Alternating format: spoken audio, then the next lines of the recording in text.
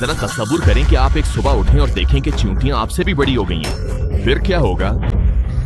वो छोटी मखलूकें जो कभी जमीन के नीचे थीं, अब बेवकल हयातियाती मशीनें बन चुकी हैं, ताकतवर, मुनज़्ज़म और खौफनाक। जरा तसव्वुर करें कि आग की चींटियों का एक झुंड जो 1 मीटर से ज्यादा ऊंचा हो, तेज धार जबड़ों के साथ बिजली की सी तेजी से हरकत करता हो और डंक मारने को तैयार हो, जिसका दर्द आग की तरह जलता है।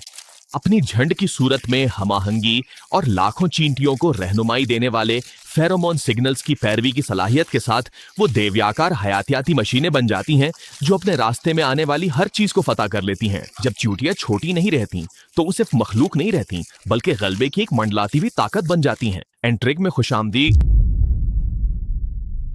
आग की चींटियां अपनी जारियत और जलते हुए डंक की वजह से दुनिया भर में बदनाम हैं, लेकिन जिसामत के लिहाज से वो चींटियों की दुनिया में सबसे छोटी शुमार होती हैं। काम करने वाली चींटियों की लंबाई सिर्फ 2.4 से 6 मिलीमीटर तक होती है, इसलिए हर आग की चींटी कई दूसरी अक़साम की चींटियों के मुकाबले में नुमाया तौर पर छोटी है। अगर कैम्पनोटस सिंगुलेरिस से मवाजना किया जाए, जो लंबाई में 15 मिलीमीटर तक पहुंच सकती है, तो आग की चींटियां सिर्फ 1/3 साइज की होती हैं। ताकतवर हार्पिग्नाथोस वेनाटर के मजबूत जिस्म के मुकाबले में आग की चींटियां उनके सामने महज नुक्ते सी दिखाई देती हैं। अगरचे आग की चींटियां कैम्पोनोट्स या हार्पिग्नाथोस से छोटी हैं, मगर उनकी कॉलोनियां ज्यादा वसी हैं, जो उन्हें कीड़ों में एक ताकतवर ग्रोह बनाती हैं। और अगर आप सिर्फ एक नहीं बल्कि इस खौफनाक इज्तमाई ताकत को अपने घर ले आए तो क्या होगा? इन चींटियों के बारे में अफवाहों के बावजूद मैं उनके खतरे से मोहतात था। फिर भी मैंने इस कॉलोनी को पालने का फैसला किया ताकि इनकी नाकाबिले यकीन इज्तिमाई ताकत को हकीकत में दोबारा तख्लीक कर सकूं। दिन नंबर 1। पहले दिन मैंने उन सबको खुली जमीन पर छोड़ दिया, एक ऐसी जगह जहां वो आजादाना तौर पर जेरे जमीन गहरे घोंसले खोद सकते थे। इस कॉलोनी में तकरीबन 1000 चींटियां हैं, जो जंगल में एक निस्बतन मामूली तादाद है। अगरचे ये छोटी कॉलोनी है, फिर भी आग की चींटियां मकामी सतह पर अफरा तफरी फैला सकती हैं, या अगर कोई इन पर पांव रख दे तो उसे उछलने पर मजबूर कर सकती हैं। जब वो उतरती हैं तो वो अपने अहम औजारों का इस्तेमाल करती हैं ताकि काट सकें, खोद सकें और मिट्टी के जर्रात को उठा सकें। वाज़े तकसीम कार के साथ स्काउट चींटियां कई छोटे मकामात पर खुदाई की कोशिश करेंगी ताकि उनका जायजा ले सकें। वो कभी भी निचेबी इलाकों की तलाश नहीं करेंगी, क्योंकि वहां लार्वा, प्यूपा और अंडे पानी से मिलने पर बहुत ज्यादा गैर महफूज हो जाते हैं। जब रेत पानी से भर जाती है तो ऑक्सीजन गर्दिश नहीं कर सकती, जिससे दम घुटना, अंडों का सड़ना और बैक्टीरिया की अफजाइश होती है। लिहाजा एक बार जब जगह मुंतखब हो जाए तो मजदूर चींटियों को हुक्म दिया जाता है कि वो घोंसला गहराई में खोदना शुरू करें और एक ढलवान बनाएं। जब वो इस तरह अपने घोंसले की खुदाई में मसरूफ हों, तो बेहतर है कि आप दूर ही रहें। उनकी अनथक मेहनत का मतलब है कि अगर कोई एक हाथ भी उनके रास्ते में आए तो उसे फौरन और खौफनाक अंजाम का सामना करना पड़ेगा। फायर एंट के जहर में सोलेनोप्सिन नामी ताकतवर एल्कलाइड होता है, जो शदीद जलन और टिश्यूज के गलने का बाइस बनता है। चंद घंटों बाद डंक की जगह पर सफेद छाले बन जाते हैं, जो मुदाफियाती निजाम के हद से ज्यादा रद्द अमल की वजह से होते हैं, इसलिए जितना दूर हो सके रहें। लेकिन क्या यहाँ किसी को कभी फायर एंट ने डंक मारा है?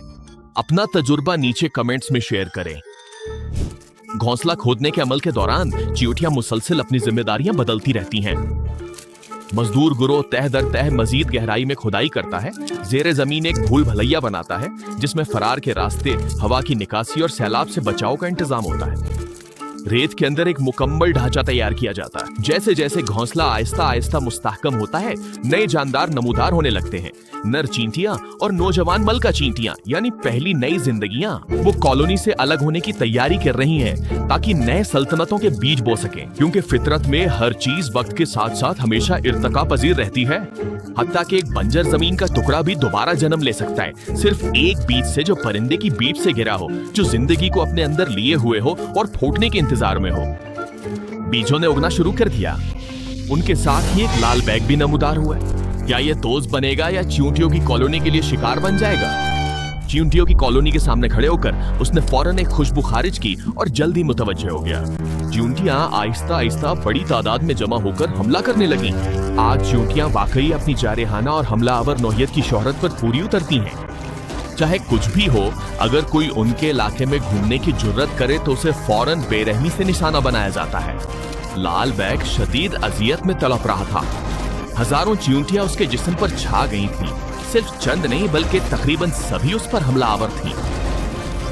खौफजदा लाल बेग पीछे हटने की कोशिश करने लगा। आज चींटियों का जहर फौरन नहीं मारता, ये अंदर से जलाता है, जैसे शदीद चलने का एहसास हो, आसाबी निजाम को मुतासिर करता है और शिकार को शदीद घबराहट में मुब्तला कर देता है। आखिरी कोशिश में लाल बेग लड़खड़ाता हुआ घोंसले के करीब एक चट्टान की दरार में गहराई तक पीछे हट गया, जहां उसे लगा कि वो बच जाएगा। लेकिन सिर्फ चंद मिनट बाद वो खामोशी से दोबारा नमूदार हुआ। सुर्ख हल्के के दरमियान बेहिस्सो हरकत पड़ा था। उसकी टांगे मुड़ी हुई थीं, उसके एंटीने अब हरकत नहीं कर रहे थे।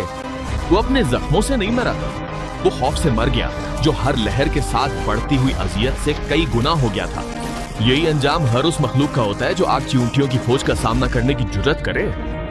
वो उसे खा जाएंगी और घोंसले के अंदर ले जाएंगी। सिर्फ 1 या 2 दिन में लाल बेग सिर्फ एक होल बनकर रह जाएगा, क्योंकि उनके पास एक बुनियादी ताकत और खौफनाक हद तक वहशियाना जिबलत है।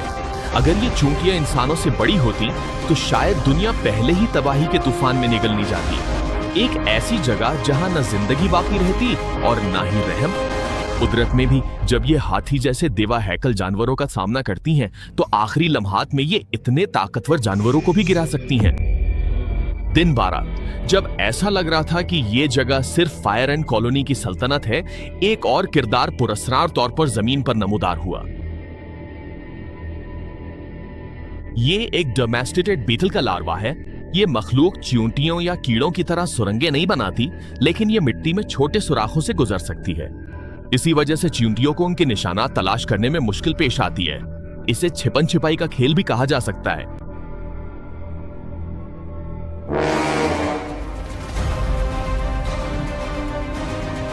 तहम फायर एंट्स की फितरत शिकार को अपने साथ खेलने की इजाजत नहीं देती। वो इन लार्वा को ढूंढ निकालेंगे और उनका पीछा करके उन्हें धमकाएंगे और मार डालेंगे।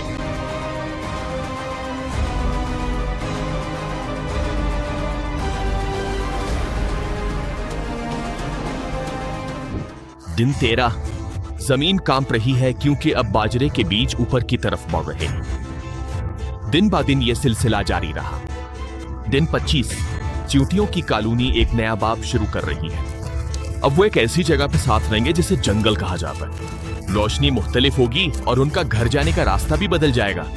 ये जगह चींटियों की कॉलोनी के लिए एक पायदार घर बन सकती है, या फिर ये एक वीरान बंजर जमीन बन सकती है जिसे वो तबाह कर देंगे। लेकिन अब एक अजीब मखलूक नर्म जमीन में सरकना शुरू हो रही है। अपने साथ एक अनोखा सा खुशबू लेकर आ रही है, अंधेरे की बो, झींगों की बो और एक अकेले पिन की खुशबू। ये ड्रैगन वर्म है, जो जमीन की गहराइयों में रहने वाला एक गोशा नशीन बासी है, और अब इसने मल्कफील्ड को अपनी बका के नए दौर का आगाज करने के लिए मुंतखब किया है। उसे मालूम नहीं था कि इसके जिस्म की हर हल्की सी जुम्बिश चींटियों के पेचीदा हिस्सी जाल में आ चुकी है। कुछ सुराग रसा चींटियां रुक गईं, उनकी एंटीने हल्की सी लर्स और मोड़ने लगे। एक अजनबी खुशबू। चींटी नहीं है, जानी पहचानी शिकार भी नहीं है। इस खूनखार चोटी कॉलोनी की शिकारी जबलत फौरन जाग उठती है और वो बगैर किसी रहम के झंड की सूरत में हमलावर हो जाएंगी। मोटे कीड़े मायूसी में तड़पेंगे, उनके तेज धार जबड़े मजबूती से जकड़ लेते हैं और जहर बिजली की सी तेजी से मुंतकिल होता है। यहाँ गलती की कोई गुंजाइश नहीं, न ही बच निकलने का कोई मौका। जो भी मखलूक उनके इलाके में दाखिल हो, वो उनका बेरहम शिकार बन जाती है। जमीन के नीचे वो खुदाई और सुरंगे बनाकर सतह के नीचे एक अजीम सल्तनत कायम करते हैं। इसके नतीजे में ऊपर उगने वाले बाजरे के पौधे तबाह हो जाते हैं और उनकी जड़ें चबा ली जाती हैं।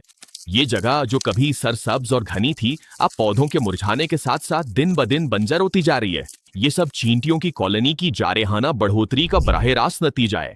30 दिन की निगरानी के बाद मैंने आखिरकार इन चींटियों के बहादुरी के लम्हात अपनी आंखों से देखे।